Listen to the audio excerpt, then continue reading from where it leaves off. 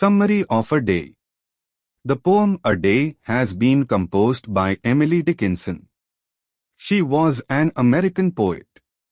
In this poem, she describes the rising and setting of the sun.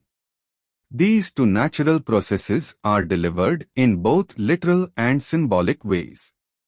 On a literal level, it is told from the perspective of an innocent child. The child in his innocence expresses his views on sunrise and sunset. The whole poem symbolizes the transition from life to death. Through the use of brilliant imagery and symbols, she describes a beautiful day that leads the children from innocence to experience. The poem begins with the speaker declaring how the sun rises or day begins.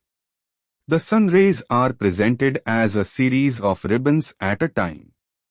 With the sunlight, the steeples of the churches are covered with a deep violet color like amethyst. The news of sunrise spreads so fast like squirrels running. In the second stanza, the hills are personified. The hills untied their bonnets.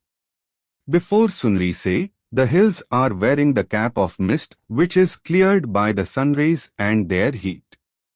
As the sun rises, the mist, which is the metaphorical bonnet, over the hills evaporates. This inspires the bobolinks to begin their morning song. She thinks that it is because of sunrise. Sunrise is the symbol of birth or the beginning of life. It is the speaker's innocence to understand worldly activities.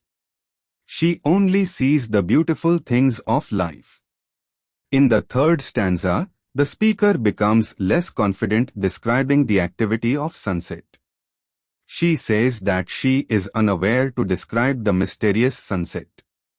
There appears a purple stile. The yellow boys and girls climb the purple stile. When the day ends, the yellow boys and girls are led away by a dominie. The dominie gently puts up the evening bars and takes the children away.